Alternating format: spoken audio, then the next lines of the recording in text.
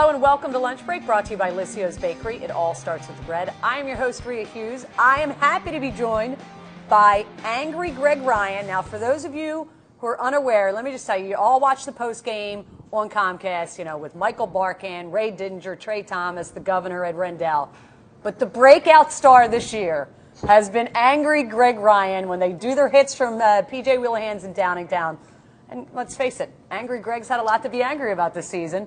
Maybe not last night. I probably picked the wrong time to book him, but I guarantee you there's some stuff we can get him riled up about. Here's our lunch menu for today.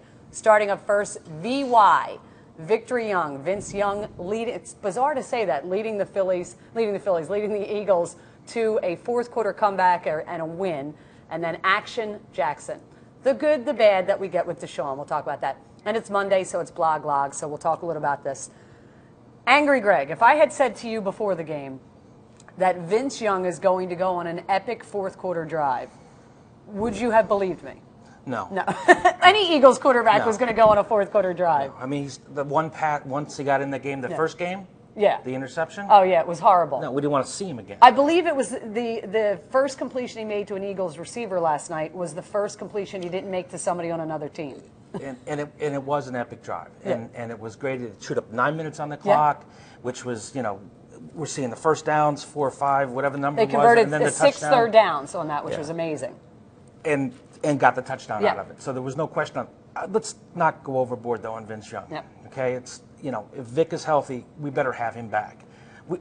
Because we need to win every single game. One drive isn't going to make a season for Vince Young. I agree with you, but I will to play devil's advocate. Which fourth quarter has Mike Vick won this season? I get it. We understand that, but I'm going to place a lot of that fourth quarter blame. The offense has not scored, but the defense has let them down every single freaking game, except last night. Except last night. Last they night, tried their best.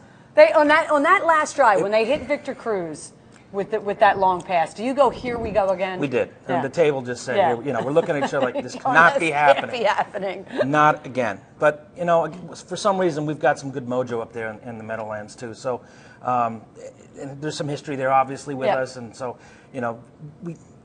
a puncher's chance, we had it. We took advantage of it. The defense finally showed up. Came out of the the haze of the Bermuda Triangle, wherever the hell they were in. They finally did something. At least we know where they were. It was in the Bermuda Triangle. Well, you can't count on them. So you cannot count on them because I had this argument with Al Morgani, who's been saying, my co-host on WIP, who's been saying probably since the end of September that Nnamdi Asomugha stinks. And I've been fighting with him for a long time, and then I did break down finally and text him last night when he gave up that touchdown. I go, you know what? I think you might be right. Because what we've complained about all year is let the guy just cover his man and he'll be fine.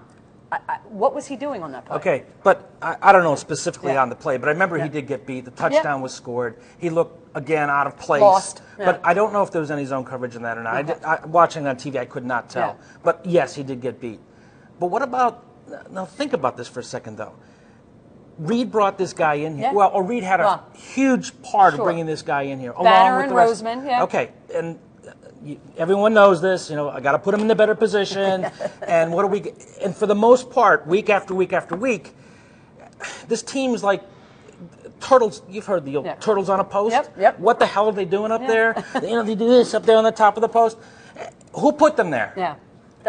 Andy put them there. And by installing a defense coordinator who wasn't experienced. Although according to Chris Collinsworth last night watching the game, he's been unfairly criticized all week. I'm going, well, dude, if you watch the games like we have, but it was the Cullen Jenkins hit.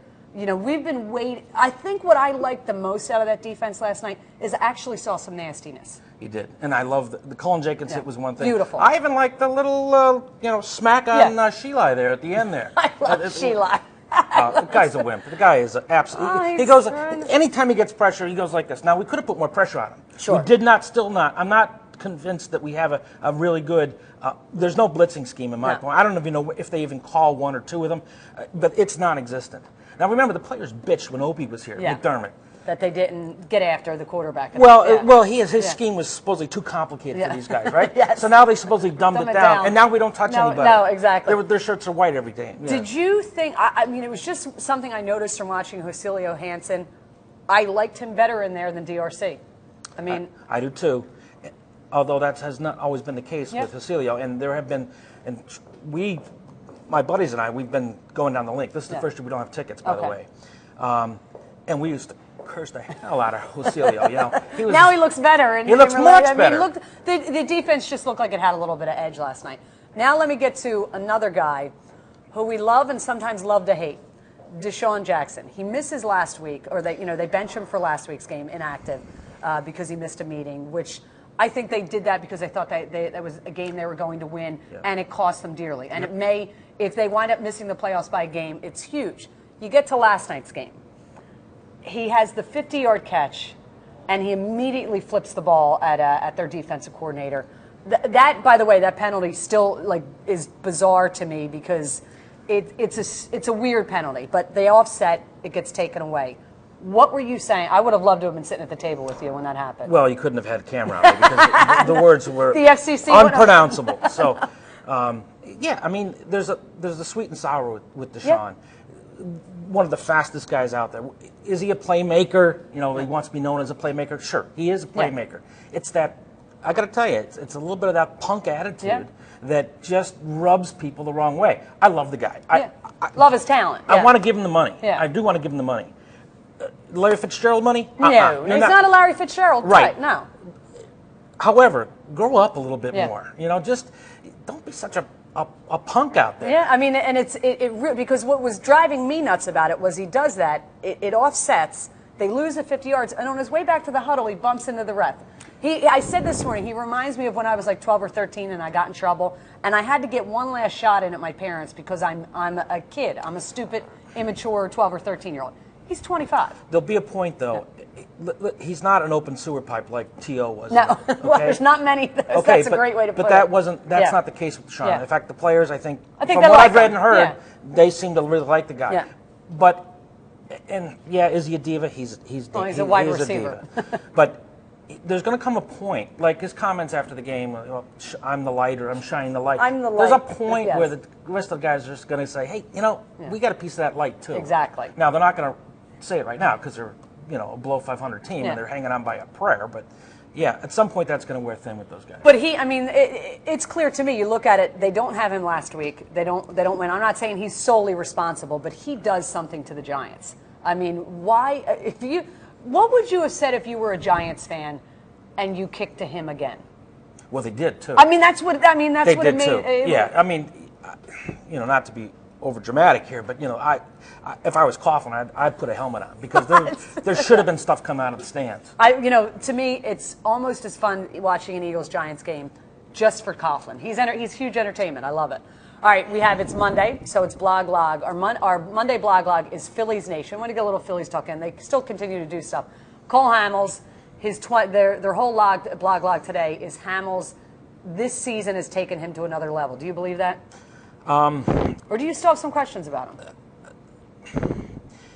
Well, considering the other two guys in front of him, yes. Okay. Yeah. But he did finish fifth or fourth in the balloting. He's a long-term starter ace for us. Sign him, give him the money, and keep him locked up. Yeah, all this trade talk is bizarre to me. Absolutely not. Those other guys are in their 30s, and this guy. Yeah. No, Hamels is our future ace. There's no. No. If he's not ours, I guarantee he's going to end up start somewhere. Yeah, probably in maybe Atlanta or something. No, he belongs or here. a Yankee.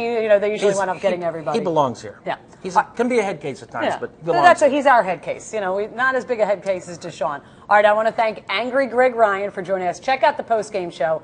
After every Eagles game, you'll see Angry Greg. It is an absolute trip. Coming up later on Comcast Sportsnet at 5 o'clock, AT&T Daily News live at 6, Wells Fargo Sports Night at 6:30. Got the Flyers pregame. The Hurricanes are in town to play the Flyers, and then postgame followed by Toyota Sports Night. Thanks for joining us on Lunch Break, brought to you by Lissio's Bakery. It all starts with the bread.